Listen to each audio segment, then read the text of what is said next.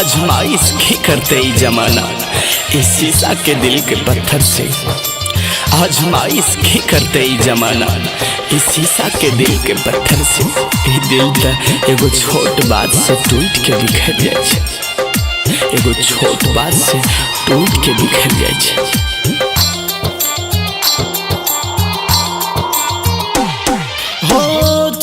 के गलही कहना पगल को ना गे जीवन हम सुन तोरा बिना गे जान। हाँ छोड़ के गलही कहना पगल को ना गे जीवन हम सुन तोरा बिना गे।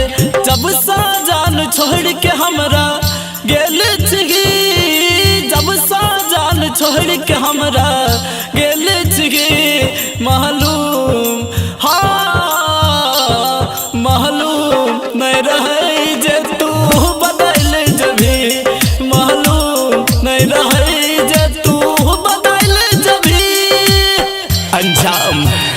अंजाम की हेते मोहब्बत के ये मोहब्बत खुद ने जाने छे।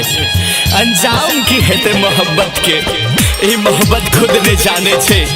केकरा ले रोवे छे ई दुनिया उहे दूर भ जाय छे जेकरा सबसे बेसी माने छे, जेकरा सबसे बेसी माने छे। बीत नहीं छे दिन अब काटे नहीं छे रातिया, हर घड़ी याद अब तोरे जान बतिया।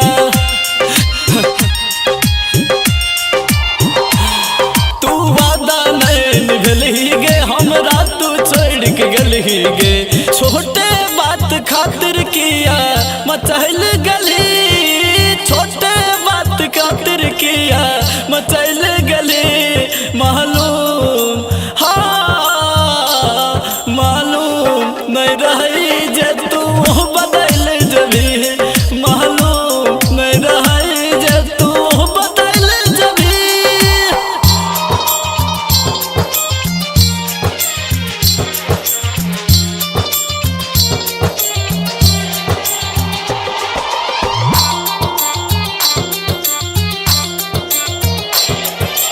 सच्चा प्यार करे रहियो रही कौन कसूर गे, फिर किया चल गली हमरा से दूर गे।